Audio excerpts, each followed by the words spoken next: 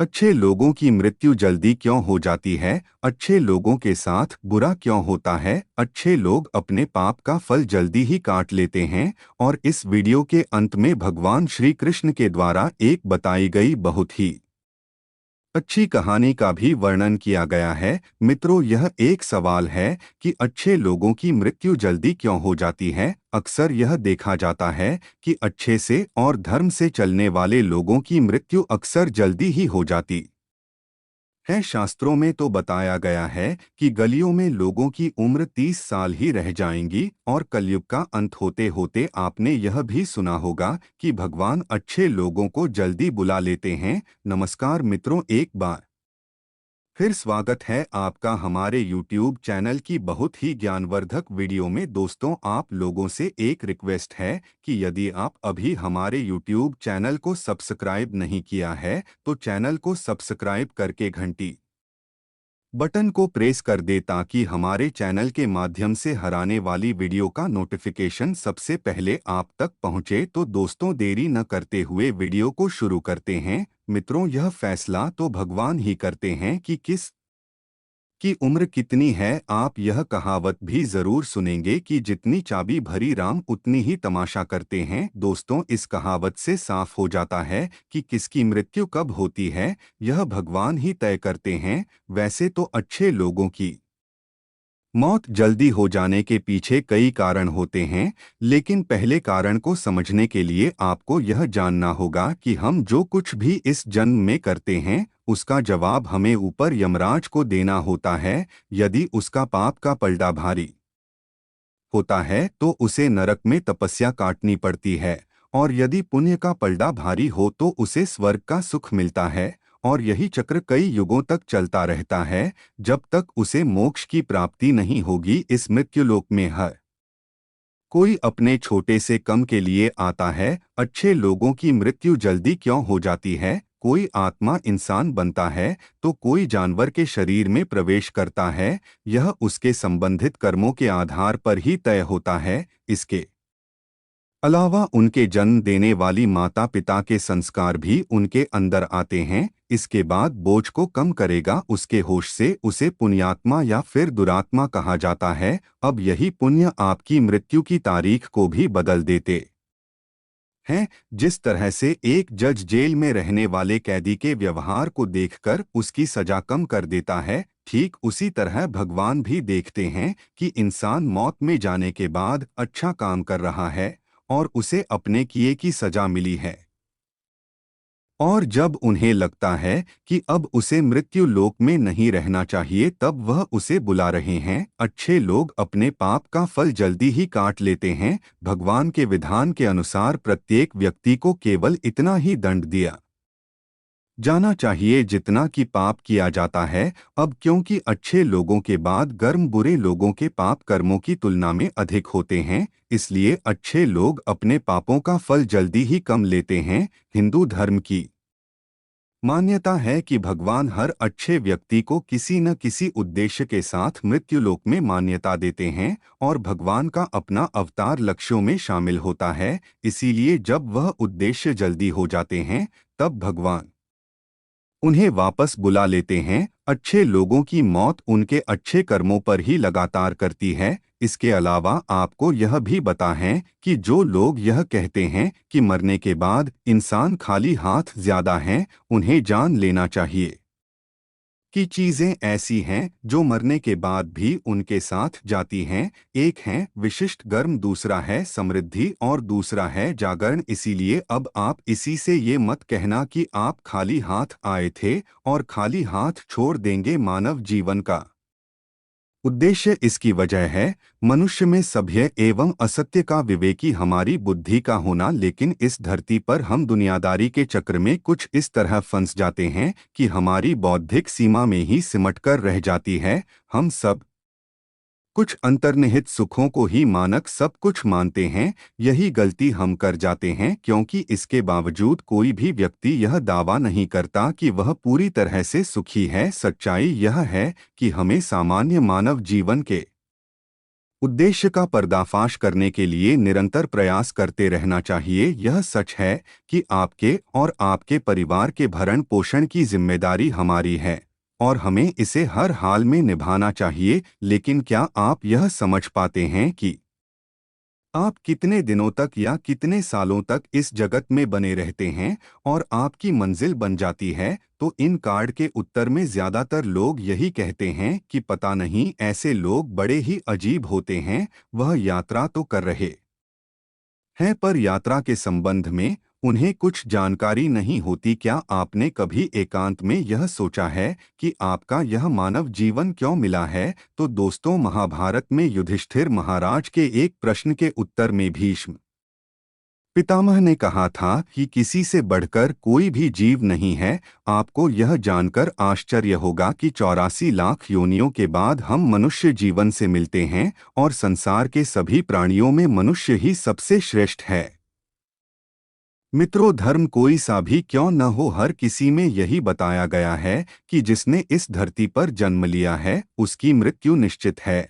और अगर बात सनातन धर्म की करें तो इसकी एक मान्यता के अनुसार बच्चे के जन्म की छठी रात ही ब्रह्मा जी उसकी किस्मत लिख देते हैं, जिसमें उसके आने वाले जैसे विवाह, पढ़ाई, नौकरी, यहाँ तक कि मृत्यु की तारीख तक शामिल होती है। इसी तरह दोस्तों, श्रीमद् भगवद गीता में भी भगवान श्री कृष्ण कहते हैं कि यह एक आध्यात्मिक और ईश्वरीय जीवन का पद है जिसे प्राप्त करके मनुष्य मोहित नहीं होता। यदि किसी जीवन के अंतिम समय में भी इस तरह की स्थिति में हो तो वह भगवत धाम में प्रवेश करता है। मनुष्य कृष्ण भावनामृत या दिव्य जीवन को एक क्षण में तुरंत प्राप्त कर सकता है और हो सकता है कि उसके लाखों जन्मों के बाद भी यह प्राप्त न हो। दोस्तों, यह दो सच को समझने और स्वीकार करने की बात है। भगवद गीता कहती है कि वास्तविक जीवन शुरू किया गया, यह उद्यम जीवन के साथ होता है। दोस्तों, इन बातों से यह तो स्पष्ट होता है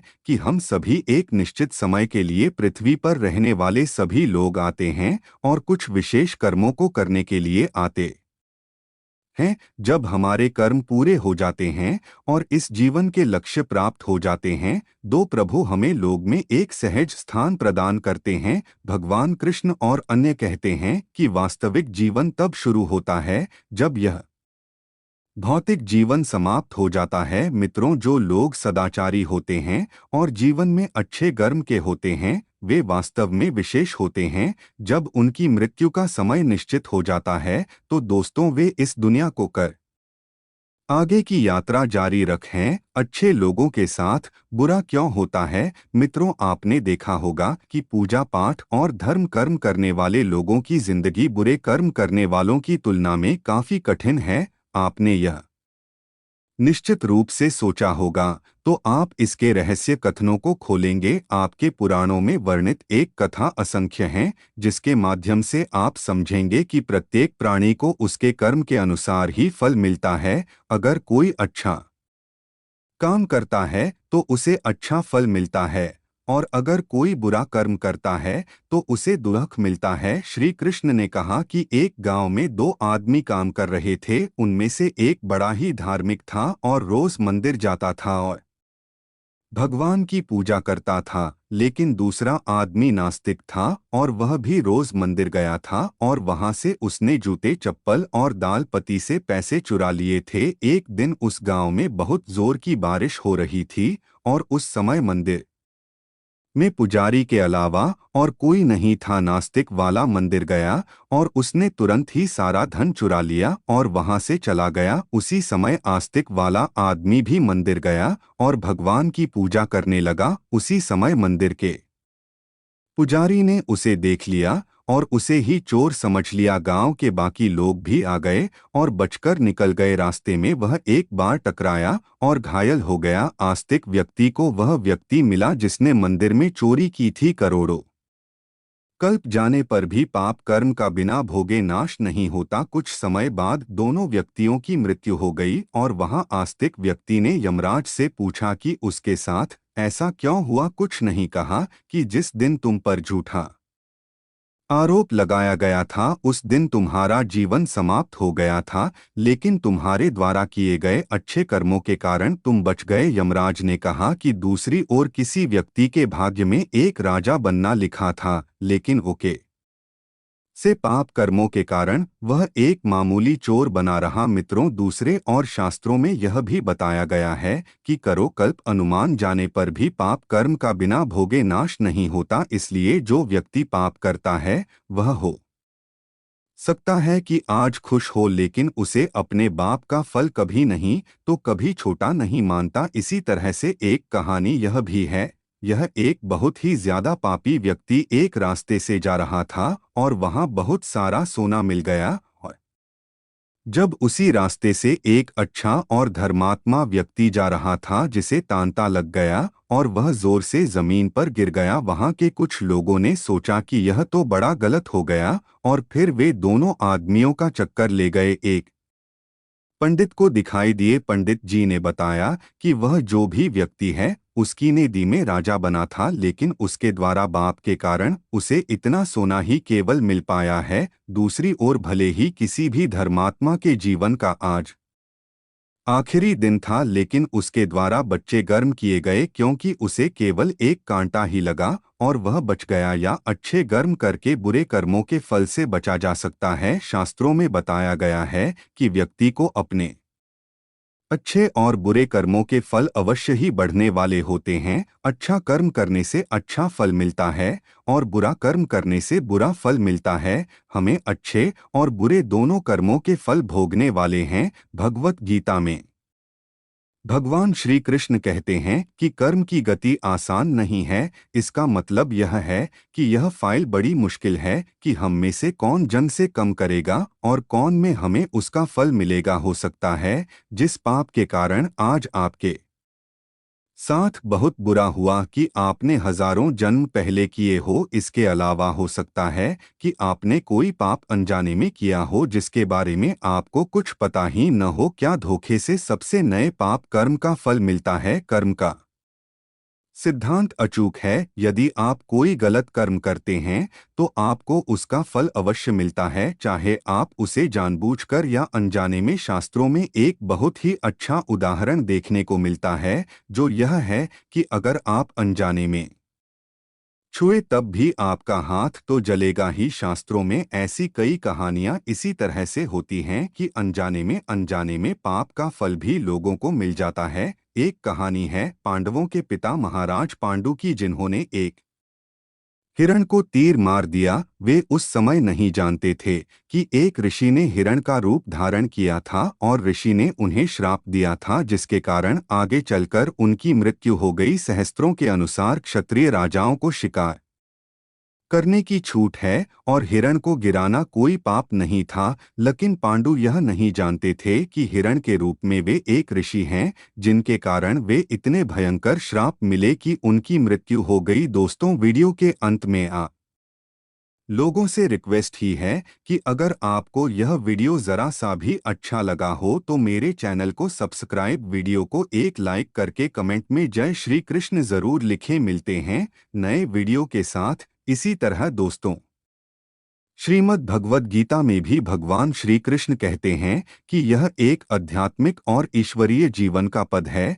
जिसे प्राप्त करके मनुष्य मोहित नहीं होता। यदि किसी जीवन के अंतिम समय में भी इस तरह की स्थिति में हो तो वह भगवत धाम में प्रवेश करता है। मनुष्य कृष्ण भावनामृत या दिव्य जीवन को एक क्षण में तुरंत प्राप्त कर सकता है और हो सकता है कि उसके लाखों जन्मों के बाद भी यह प्राप्त न हो। दोस्तों, यह तो सच को समझने और स्वीकार करने की बात है। भगवद गीता कहती है कि वास्तविक जीवन शुरू किया गया यह उद्यम जीवन के साथ होता है। दोस्तों, इन बातों से यह स्पष्ट होता है कि हम सभी एक निश्चित समय के लिए पृथ्वी पर रहने वाले सभी लोग आते हैं और कुछ विशेष कर्मों को करने के लिए आते हैं। जब हमारे कर्म पूरे हो जाते हैं और इस जीवन के लक्ष्य प्राप्त हो जाते हैं, दो प्रभु हमें लोग में एक सहज स्थान प्रदान करते हैं। भगवान कृष्ण और अन्य कहते हैं कि वास्तविक जीवन तब शुरू होता है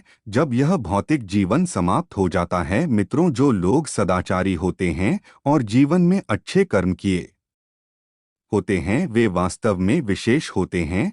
जब उनकी मृत्यु का समय निश्चित हो जाता है तो दोस्तों वे इस दुनिया को छोड़कर आगे की यात्रा जारी रखते हैं। अच्छे लोगों के साथ बुरा क्यों होता है? मित्रों, आपने देखा होगा कि पूजा पाठ और धर्म कर्म करने वाले लोगों की जिंदगी बुरे कर्म करने वालों की तुलना में काफी कठिन है। आपने यह निश्चित रूप से सोचा होगा, तो आप इसके रहस्य कथनों को खोलेंगे। आपके पुराणों में वर्णित एक कथा असंख्य हैं, जिसके माध्यम से आप समझेंगे कि प्रत्येक प्राणी को उसके कर्म के अनुसार ही फल मिलता है। अगर कोई अच्छा काम करता है तो उसे अच्छा फल मिलता है, और अगर कोई बुरा कर्म करता है तो उसे दुख मिलता है। श्री कृष्ण ने कहा कि एक गांव में दो आदमी काम कर रहे थे। उनमें से एक बड़ा ही धार्मिक था और रोज मंदिर जाता था और भगवान की पूजा करता था, लेकिन दूसरा आदमी नास्तिक था और वह भी रोज मंदिर गया था और वहां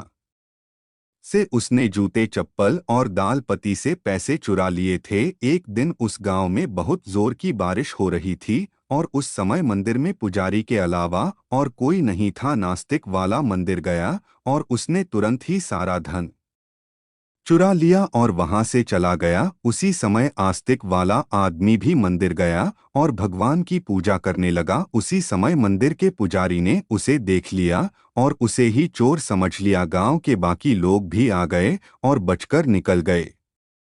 रास्ते में वह एक बार टकराया और घायल हो गया। आस्तिक व्यक्ति को वह व्यक्ति मिला जिसने मंदिर में चोरी की थी। करोड़ों कल्प जाने पर भी पाप कर्म का बिना भोगे नाश नहीं होता। कुछ समय बाद दोनों व्यक्तियों की मृत्यु हो गई और वहां आस्तिक व्यक्ति ने यमराज से पूछा कि उसके साथ ऐसा क्यों हुआ। यमराज ने कहा कि जिस दिन तुम पर झूठा आरोप लगाया गया था उस दिन तुम्हारा जीवन समाप्त हो गया था, लेकिन तुम्हारे द्वारा किए गए अच्छे कर्मों के कारण तुम बच गए। यमराज ने कहा कि दूसरी ओर किसी व्यक्ति के भाग्य में एक राजा बनना लिखा था, लेकिन ओके से पाप कर्मों के कारण वह एक मामूली चोट बना रहा। मित्रों, दूसरे और शास्त्रों में यह भी बताया गया है कि करु गलत अनुमान जाने पर भी बाद गम का बिना भोगे नाश नहीं होता। इसलिए जो व्यक्ति पाप करता है वह हो सकता है कि आज खुश हो, लेकिन उसे अपने पाप का फल कभी नहीं तो कभी छोटा नहीं मानता। इसी तरह से एक कहानी यह भी है कि एक बहुत ही ज्यादा पापी व्यक्ति एक रास्ते से जा रहा था और वहां बहुत सारा सोना मिल गया। और जब उसी रास्ते से एक अच्छा और धर्मात्मा व्यक्ति जा रहा था जिसे तांता लग गया और वह जोर से जमीन पर गिर गया। वहां के कुछ लोगों ने सोचा यह दो बड़ा गलत हो गया और फिर वे दोनों आदमियों का चक्कर ले गए। एक बंदे को दिखाई दिए। पंडित जी ने बताया कि वह जो भी व्यक्ति है उसकी ने दी में राजा बना था, लेकिन उसके द्वारा मांग के कारण उसे इतना सोना ही केवल मिल पाया है। दूसरी ओर भले ही किसी भी धर्मात्मा के जीवन का आज आखिरी दिन था, लेकिन उसके द्वारा अच्छे कर्म किए गए क्योंकि उसे केवल एक गाना ही लगा और वह बच गया। जहां अच्छे कर्म करके बुरे कर्मों के फल से बचा जा सकता है। शास्त्रों में बताया गया है कि व्यक्ति को अपने अच्छे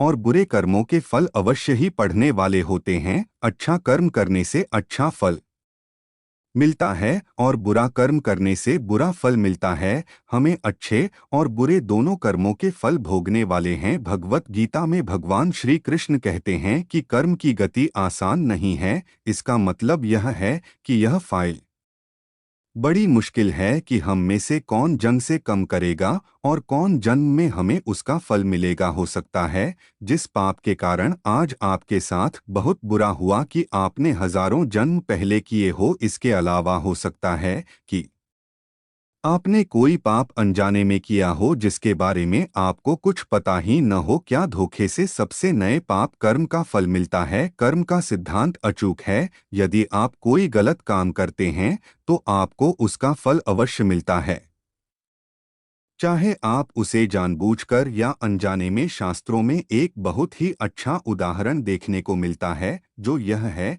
कि अगर आप अनजाने में छुए तब भी आपका हाथ तो जलेगा ही। में ऐसी कई कहानियां इसी तरह से होती हैं कि अनजाने में पाप का फल भी लोगों को मिल जाता है। एक कहानी है पांडवों के पिता महाराज पांडु की जिन्होंने एक हिरण को तीर मार दिया, वे उस समय नहीं जानते थे कि एक ऋषि ने हिरण का रूप धारण किया था और ऋषि ने उन्हें श्राप दिया था, जिसके कारण आगे चलकर उनकी मृत्यु हो गई। सहस्त्रों के अनुसार क्षत्रिय राजाओं को शिकार करने की छूट है और हिरण को गिराना कोई पाप नहीं था, लेकिन पांडु यह नहीं जानते थे कि हिरण के रूप में वे एक ऋषि हैं, जिनके कारण वे इतने भयंकर श्राप मिले कि उनकी मृत्यु हो गई। दोस्तों, वीडियो के अंत में आप लोगों से रिक्वेस्ट ही है कि अगर आपको यह वीडियो ज़रा सा भी अच्छा लगा हो तो मेरे चैनल को सब्सक्राइब, वीडियो को एक लाइक करके कमेंट में जय श्री कृष्ण ज़रूर लिखें। मिलते हैं नए वीडियो के साथ।